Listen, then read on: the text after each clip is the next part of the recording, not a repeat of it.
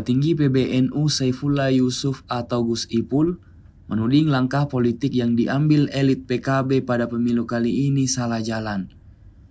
Gus Ipul beranggapan banyak keputusan yang tidak sejalan dengan para ulama dan kiai.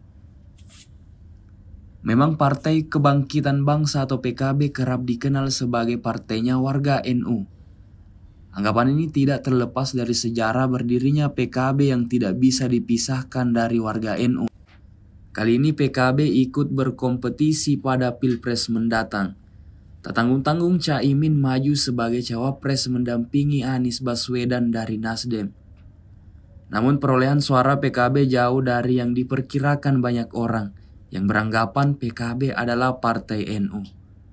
Download Tribun X sekarang, menghadirkan lokal menjadi Indonesia.